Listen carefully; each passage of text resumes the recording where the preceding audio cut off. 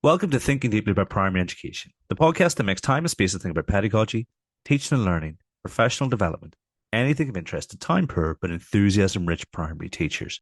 In this week's episode, Adam Loewen is interviewed by Stuart Welsh, part of a webinar that we ran recently, and I know you're going to take lots from it. Really, really useful for school leaders at many, many different points in the education system. So, something to look forward to. And just doing a brief introduction, just to remind you that in 3 weeks from today, so on the 29th of March, TDAPE Manchester will be happening at Old Trafford Community Academy. We've got a fantastic lineup. On Wednesday, we're going to release an episode where we look through the different sessions.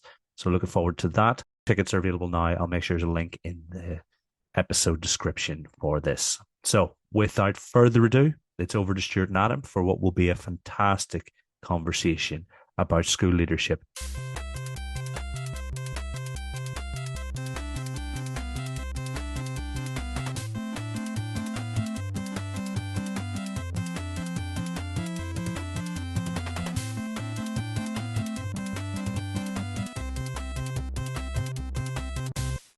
So today I am delighted to be joined by Adam Loewen. And I was just wondering, what has been your guiding philosophy or your approach in supporting school improvement, and how has that evolved in response to challenges across different schools? And that's an interesting question, Stuart. So most definitely, underlying principle has always been based on impact, as making a difference. It's the idea that leadership is about helping to move things forward. There is absolutely hard work involved, but the output is the critical aspect. And as time has evolved, that focus on impact, and ultimately for young people, you're looking through the lens of school and make a difference to their development and their outcomes, that has remained key, and that's still resolute. But sustainability, which I would say is our focus today, is a critical consideration that really I think has evolved with as well. And whilst trying to make rapid improvements to settings is important, actually doing it in a way that's going to last is critical, and helping school leaders to think about sustainability and how to make sure that legacy continues for a meaningful period of time in a purposeful way has definitely become more and more to the forefront of my thinking over my journey, and hopefully with the schools I work with have helped those leaders to think in a similar fashion. So I think that makes perfect sense. Obviously, it feels that you've held the improving outcomes for young people as sort of central to the work that you've done. And I think it's very, very wise, as many successful leaders do, is to consider that impact and be able to sort of use valid and reliable methodologies to ensure that what you're doing is making a change. But it just made me think, and we might unpick this a little bit later on, but it just made me think of a sort of follow-up question, because you're talking about over the long term, you're talking about sustainability, but would you agree that there is a tension between an expectation on schools and educational institutions to make rapid change, which is very difficult to balance with that idea of we're in this for the long run and we want to be working step by step to something sustainable? 100% sure, and there is, and that is a consideration that always needs to be taken into account and thought about. I don't think they have to be mutually exclusive. I think both can be achieved, but it's that consideration before launching into the latest strategy or initiative approach, the what might this look like, what are we aiming for, and the why behind it being critically important over a longer period. And understandably, in any setting, wherever you are, you want to make a difference to those young people as soon as you can, because they get one shot at education. That is going to be their experience of year 7, year 9, year 4, year 5. That's it for that young person. So of course you want to get it right as quickly as you can, but it is that long-term planning that's key. And where the schools I work with, where you can see them planning not just a term ahead or 6 months ahead or a year ahead, but where they're journeying, mapping what's going to look like in year 2, year 3, even year 5, in a truly meaningful, considered, not arbitrary way, that is where I think you can achieve both. You can make that difference in the short term, but also think about longevity. And ultimately, talk about effort. It's exhausting to keep doing more approaches and more strategies and putting more energy in that constant cycle. You want to get the maximum output from the least return. That's the ideal. And therefore thinking not just about what's going to happen next, but several steps ahead can be beneficial. It's really interesting to hear you say that you can have both, that you can have some sort of immediate impact whilst also still setting the foundations, laying the groundwork for 3, 4, 5 years of improvement. And you mentioned there it can be exhausting trying to implement new initiatives, and I imagine that is across the board, from leaders all the way through to classroom teachers. And I think many classroom teachers might admit that they suffer a little bit from initiative fatigue, where every term or even more frequently it feels like there's new things coming in, and that can sort of turn teachers off a little bit when it comes to the next initiative. And so that leads me on a little bit to maybe talking about school culture then, and culture amongst the staff, because obviously you want people to be committed and enthusiastic and willing to put in a little bit more effort, but it can be hard when the job is just so demanding. So I suppose I want to ask, how big a role does school culture play in driving sustained improvement, and what key actions have you seen work effectively in different schools? And I just build up that point as well there as well, Stuart. So some of the work the EEF has done in recent years regarding implementation talks about the critical importance to acknowledge colleagues' implementation experiences. So where have they seen strategies being brought in? Where's it been successful, but also where is it not? And that exhaustion, absolutely, when I referenced that in my last answer, in my mind, I was thinking as much about your teaching, your teachers, your support staff, as well as leaders. It's a universal exhaustion that can occur. And then in terms of the notion of culture, you may have heard the quote or the adage about culture eats strategy for breakfast, which comes from Drucker. There's a lot of truthism in that. It's not saying that the need for proper planning isn't of critical importance. It is. But culture is vital, is absolutely vital. The unwritten way of operating that impacts on every action within an organisation makes a massive, massive difference. Now, to influence that is very tricky and very nuanced, and there's good ways to frame that thinking. So you might have come across the iceberg model through Hall, who talks about what you can see on the surface and what lies deeper beneath. And therefore, things like remodifying your logo, revisiting your school values, the change of the glossy messaging around the school, they do make a difference. But Hall would say that that's only the tip of the iceberg. And actually, in terms of impacting that culture, it is conversation by conversation, action by action. It's bit by bit by bit by bit, shaping, evolving. It's also clarifying as well. So that anchorage, practically, if you are going to do things like evolve your mission statement, your vision, your values, then use it meaningfully to anchor. That exercise of reviewing those and put them onto a poster, a great, and I don't actually know where it comes from originally, but a school leader recently talked to me about things being lived, not laminated. And I really like that idea there as well. And then he actually then said, actually, it's lived and laminated. So you have that there. But if you're going to use that anchor, everything that you do in those values, make it meaningful. And then in terms of the culture as a school leader, you've basically got to support, develop, and ultimately challenge colleagues around that culture. And if you're going to walk past a standard and not challenge it, you're accepting that. That's the implicit message you're sharing. So actually, in a supportive, constructive way, you need to explain to people, this is how we do things here for this reason. And the link, I think I've mentioned earlier, the why is key, Stuart. Why are we doing this? How does this tie into our overarching purpose? How does it tie to our overarching mission in a truly meaningful way? Is possibly or probably where you're going to get most of the buy-in in terms of hearts and minds. I really like those two sort of models there. I like the iceberg model. I think it is possibly a mistake that some leaders make, thinking, we're going to revise the mission statement and sort of put it up on the wall and suddenly everything's going to change. And I feel like what you're perhaps suggesting is that it's actually the smaller actions, the smaller day-to-day, consistent and embedded actions that start to drive culture. Lived, not laminated. I'm afraid I'm going to have to use that.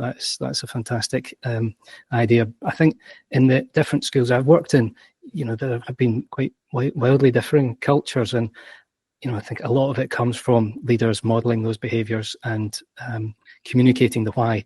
Because as educators, despite the fact that we're all different people with different interests and backgrounds and things that we do when we're not at work, when we are at work, we have one unifying sort of motivation, and that is to help young people improve and get better outcomes. So I think pulling it all back into what really matters and helping staff see that the decisions that are being made at the top of the school are in the interests of the the overall aim is very strong. And you've already said there, to sort of maintain the school culture, you're sort of, I think you're saying you're expecting leaders to model that and talk to people and actually correct them when something is, or put them back on track, maybe is the better way to phrase it. But what about, a school where the culture is kind of broken, and you've got a lot of individuals rather than a team? Is there a point where you can start to get a critical mass, and then suddenly it becomes, this is the way we do it at this school? And how do you sort of maintain that with leadership changes and staff turnover? I think when it comes down to culture, one of the things to accept is that there's always culture. There's also as well, what I mean by that is sometimes leaders think that culture is going to start on the 1st September, I'm going to reset our culture. It doesn't quite work like that. It's more complicated and nuanced than that.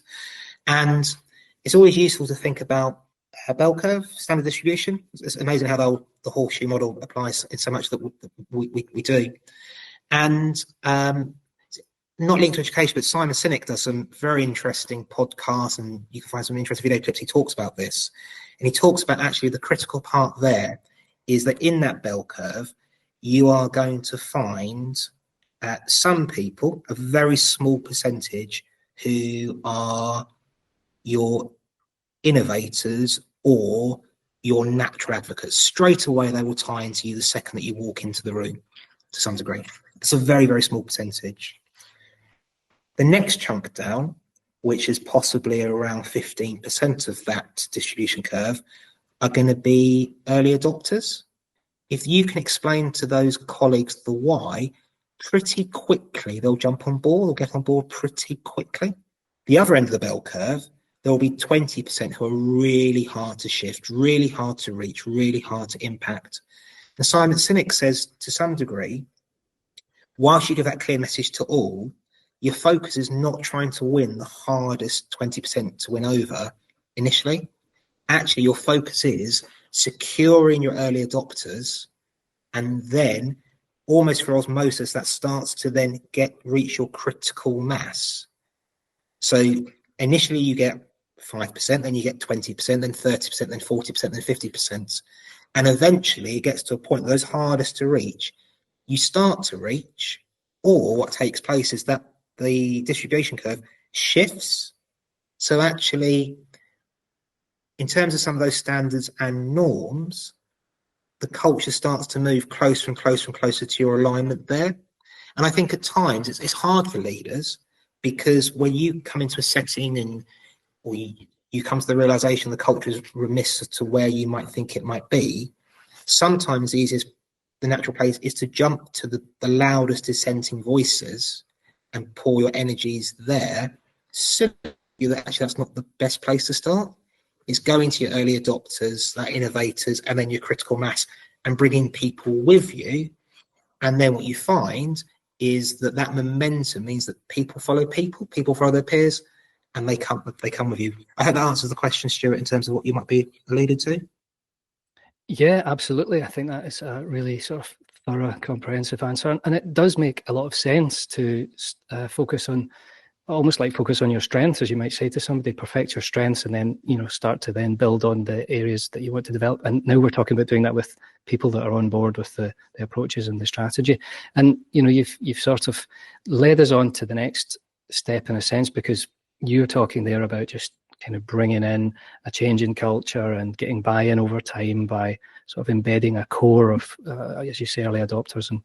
And it just makes me think schools are always in flux. Education is constantly evolving, whether it's through pedagogy, whether it's through curricular changes, or whether it's technological changes. And so there's always things going on, and sort of moving away from culture and thinking about changes like that. How would you support schools in sort of managing change in that sense, especially when you get resistance? Absolutely. And schools are utterly dynamic places, and even the inherent model. So the fact that your cohorts move up through the school, whatever phase you're in, means that you'll have a group of individuals leaving every year. You have a group of individuals joining. You'll have staff movement. They're not static. They are really fluid, let alone with the latest in what the inspection focus may be, how, as you said, pedagogy is developing, how curriculum is evolving. So schools are incredibly changing organisations there. My signposting towards, as I think I mentioned earlier, the work the EEF have done in terms of implementation, I think, is hugely helpful for school leaders. So their implementation guidance, I think originally 2019, that's been refined in recent times. And that 4-stage approach, so going through the exploration phase, the preparation phase, your delivery phase, into your sustaining phase in that cycle, is a really good way to help school leaders to think about change. And if I'm honest, Stuart, I wince at times now looking back at some of the actions I took as a school leader, which I always had the best intentions, but probably handled aspects of change quite clumsily myself, if I look back. And I wish, going back in time, I'd had that toolkit to help me. And I would signpost colleagues towards the EEF, the guidance, but there's also some really useful toolkits. There's some really useful editable pro formas you can use to help you map out the school initiative or project or approach you're taking and slow down your thinking. So in terms of that change as well, slow it down. Hopefully, you're going to change that thing once for a number of years. So invest that time front end to make sure you get it as right as you possibly can before launching.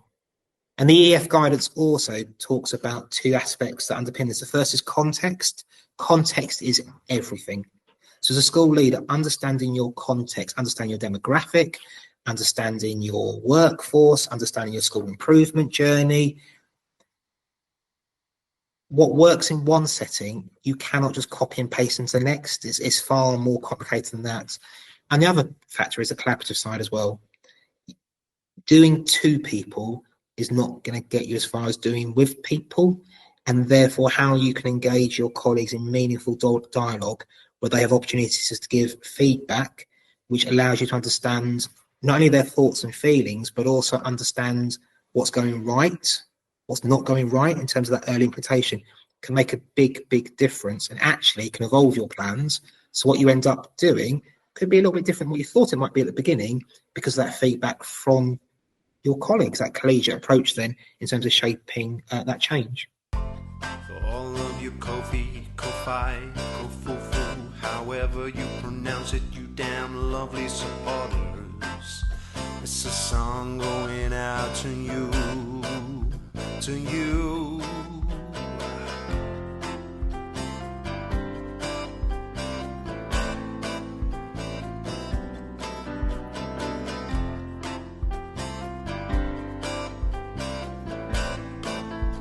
Okay, here we go.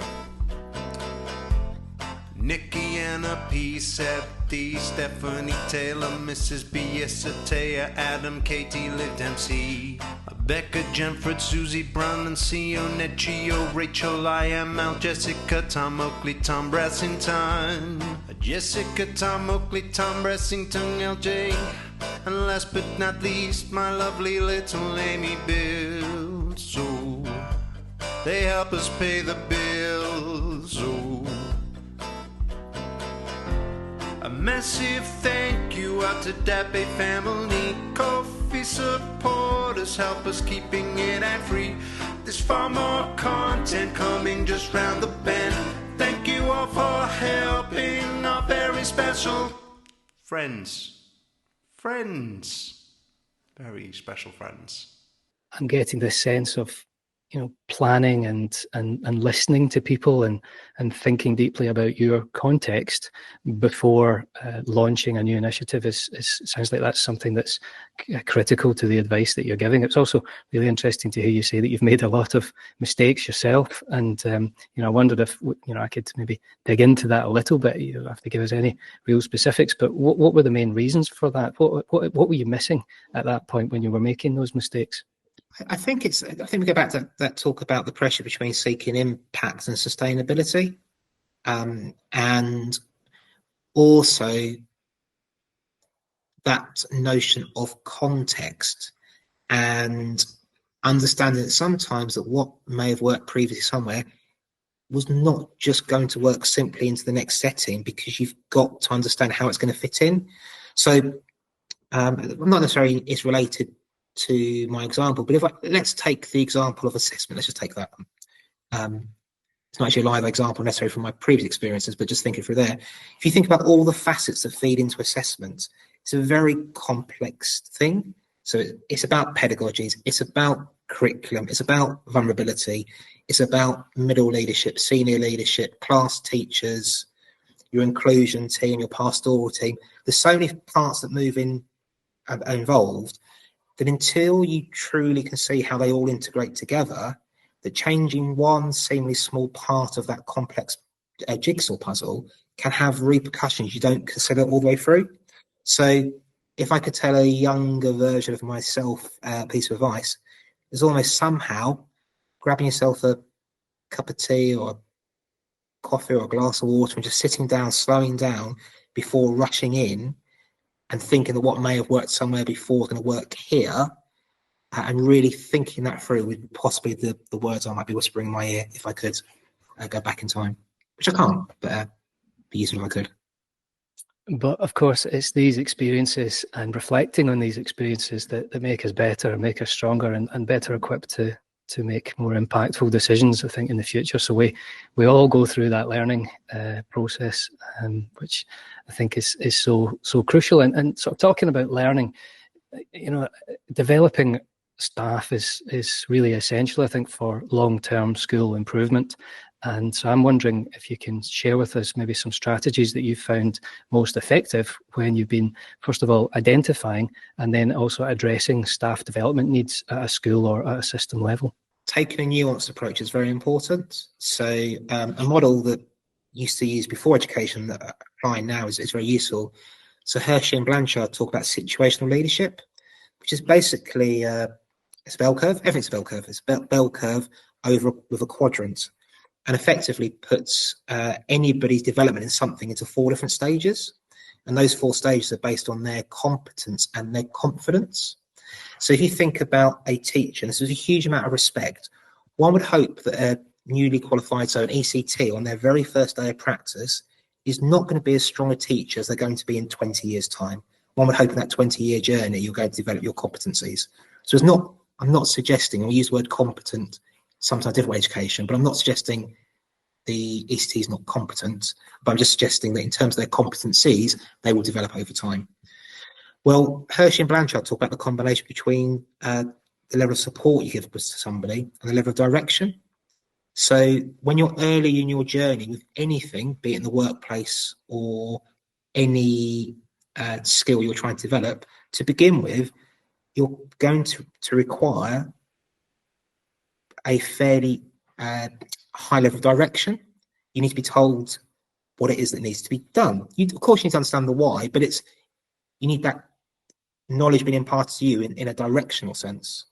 As your confidence and competence increase over time, it is right, Hershey and Blanchard say, you move more towards a supportive model where you engage in 2-way dialogue, and effectively then move into the coaching scenario where that colleague then is ultimately identifying the problems and finding the solutions themselves. So in answer to your question, that nuanced approach, which gives people the ability to have that direction, knowledge transfer taking place, but also the time for self-exploration and the chance to identify their own solutions, is where you see organisations that have that diverse offer, which they manage to find an attuned way to the right people in the right time, is where I see CPD being most effective. And underpinning that, collaboration is key. So if we go back to the whole purpose, certainly, well, I say in England, but across the world, schools are based on socio-constructivism. We go back to Vygotsky and the fact that we can learn more from others. That's why we learn together. It's the same for colleagues. Working collaboratively is how you learn, and certainly that collaboration within a school. So we take teach and learn in pedagogies, and we take a secondary model. Absolutely, if I take the example of the use of a mini whiteboard for AFL, might look very different in English to maths, to PE, to biology, to design technology. So absolutely the case for that implementation in that specific area is critical. But different departments can learn from each other. Different colleagues can learn from each other. There are commonalities there as well. And it's the same, crucially for me, from school to school. School to school working together is hugely powerful. As a system in England, and this is no criticism of the schools themselves, we're not very good at knowledge transfer. We basically put too much onus on schools to individually work out their own solutions. And that's appropriate based on context. I've just spent some time talking about that. But actually, why reinvent the wheel? How can you transfer that knowledge from the school down the road, in the next town, the next county, across the country? And I'm very privileged that as the work I do with leaders, quite a lot of that's around peer review and peer working together. And honestly, it is game changing for colleagues to be into each other's settings and see practice and provision taking place. And sometimes it's a small thing you question. Sometimes it's huge, thinking, well, why do we do it like that? And actually, I'm seeing it elsewhere. It's having this impact. Can I magpie this? Can I simulate it? Can I steal it? Take it back to my setting? So it's quite a long answer there.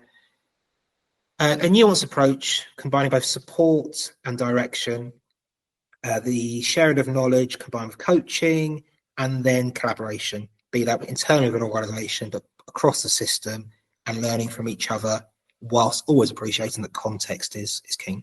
I'm putting myself in the shoes of a school leader. So we've had a little bit of chat about culture. So maybe you're relatively new to a school, you've taken over a leadership role. The culture is perhaps not where you ultimately would like it to be in terms of positivity around, being working towards a shared goal, and people are maybe a little bit sort of lethargic when it comes to their own professional development, and there's nothing really in place for staff to start to work collaboratively in terms of sharing ideas, etc. So where would you even start? Because as a school leader, you might suddenly say, well, we're going to have a teaching and learning community, and there'll be one person from every faculty or whatever. Is that the sort of thing that you do, or how do we get the ball rolling and put in an infrastructure that will allow us to get to the sort of scenario you're describing, where we're sharing school to school and region to region? I think, Stuart, what I would say is that with schools, as a school leader, I would have been guilty of talking about quick fixes. And that's almost a slight red flag to me when I hear about schools about a quick fix, because I'm not sure very much is a quick fix in school, not truly. So if I was on that journey starting off there, is that understanding that actually refining my CPT offer to get it to where I want it to be ultimately is going to take me years, and I need to be at peace at that. However, at the same time, I've talked about I need to make impact quickly. I need to put things in place that are going to make a difference. But the first thing is not rush into action. It's actually taking my time and thinking about the why. Why are we doing these things? So absolutely, whatever it might be, the teaching and learning communities, why are we doing this? And then how is that going to look to be most productive and beneficial for those concerned? And you can tie into culture. And there's things out there, if we talk about tangible, that I see schools have done some great work in terms of this. So one thing I would talk about straight away in terms of the why is just thinking about the balance between quality assurance and CPD. So whilst it is beneficial for there to be a connection between quality assurance and CPD, they can be two very different things. So actually, if you want to have colleagues reflecting on practice supported by somebody else, how can you make that experience as low stakes as you possibly can, where colleagues can take risks and can apply their learning in a safe partnership, is something I'd really think about as well. So some of the things I've seen out there, I've seen schools doing things like establishing cultures where colleagues are free to drop into each other. I've heard the language used of cheeky peeks as to make it almost sound like a fun factor. And then actually what takes from there is those cheeky peeks are celebrated in the staff room, where colleagues post on the staff notice board about where they've seen great practice. Thank you, Stuart, for allowing me into your maths lesson. I really like the way that you use cold calling to engage your pupils. I've seen schools where they've turned their quality assurance model to one where departments do with each other. So all of the maths department will go and see in a structured way all of the English department teaching in a developmental way. So you've got your ECT popping in those lessons and very much framing the language of what's going wells, but also the even better. So actually it's a peer-driven approach. So in answer to your question, just think about the why behind that. And I'd just be careful of separating CPD and QA. How does it connect? How do you make it safe for people to truly explore? How do you remove the fear? But at the same time, there is a place for quality assurance. Absolutely there is. And it's just understanding where you want the balance to be and how that might look in a considered manner. I think that, those are some lovely practical strategies that schools can think about adopting. And I really like the sort of sneaky peeks idea there, which, as you say, sort of brings in some sort of fun factor, but it's making it feel non-evaluative and just more a kind of constructive, collaborative experience. And I think that's what teachers do really enjoy, because sometimes the best conversations are the ones where one of you's got one foot in your classroom and one in the corridor, and you're having a quick chat with the teacher about something you did. And if we can capture that and build that, I think then we've got a good chance of developing that culture and seeing that improvement. So we've talked now about culture, of course, embedding, growing, and we've talked about some strategies and ideas and philosophies around embedding improvement. But in a sort of summary type sense, we obviously want this to be sustained. That's the title of this conversation here, Sustained School Improvement. So what is it that leaders and perhaps even colleagues and just members of the entire team, what do they need to be doing, and what are the key factors to make sure that this school improvement is sustained and continues to develop and flourish? And in some ways, Stuart, it all links together, and without repetition, I think the why here is critically important. It's revisiting the why.